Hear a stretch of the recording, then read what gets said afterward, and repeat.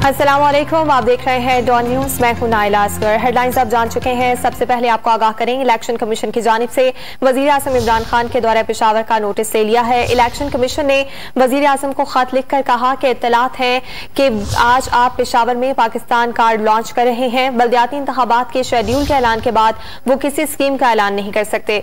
मजीद जानते हैं don news के नुमाइंदे फहद चौधरी से। फहद, बताएगा इलेक्शन कमीशन की जानिब से वजीर आजम को लिखे गए खत में मजीद क्या कहा गया? जी देखिए, रीजनल इलेक्शन कमिश्नर जो है, डिस्ट्रिक्ट मॉनिटरिंग ऑफिसर भी हैं पेशावर के, उन्होंने नोटिस लिया वजीर आजम के इस दौरे का और एक मरासला अरसाल किया गया वजीर आजम को, जिसमें ये कहा गया है कि इतला के मुताबिक आज वजीर आजम पेशावर का दौरा करेंगे और इस दौरे के दौरान वो पाकिस्तान कार्ड इनिशिएटिव लॉन्च करेंगे।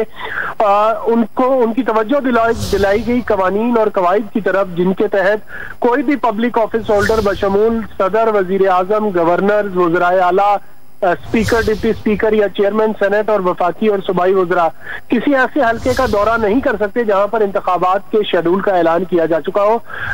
KPK में चूंकि पहले मरहले के बल्दियाती इंतखाबात 19 दिसंबर से होने जा रहे हैं, चुनांचे वजीर आजम का ये दौरा जो है ये ज़ाब्ता इखलाक की खिलाफ वर्जी होगा। ये भी एडवाइस की गई है इस मरासले में कि इस दौरे को जो है ये दौरा ना किया जाए और अगर ज़ाब्ता इखलाक की खिलाफ वर्जी की गई तो कानून के तहत कार्रवाई की जा सकती है। कानून के तहत ज़ाब्ता इखलाक की खिलाफ वर्जी पर कार्रवाई की जाएगी। बहुत शुक्रिया, आपने अपडेट किया फहद। ताज़ा तरीन वीडियोस के लिए हमारा YouTube चैनल सब्सक्राइब करके बेल आइकन प्रेस करिए ताकि आपको मिले हर अपडेट सबसे पहले।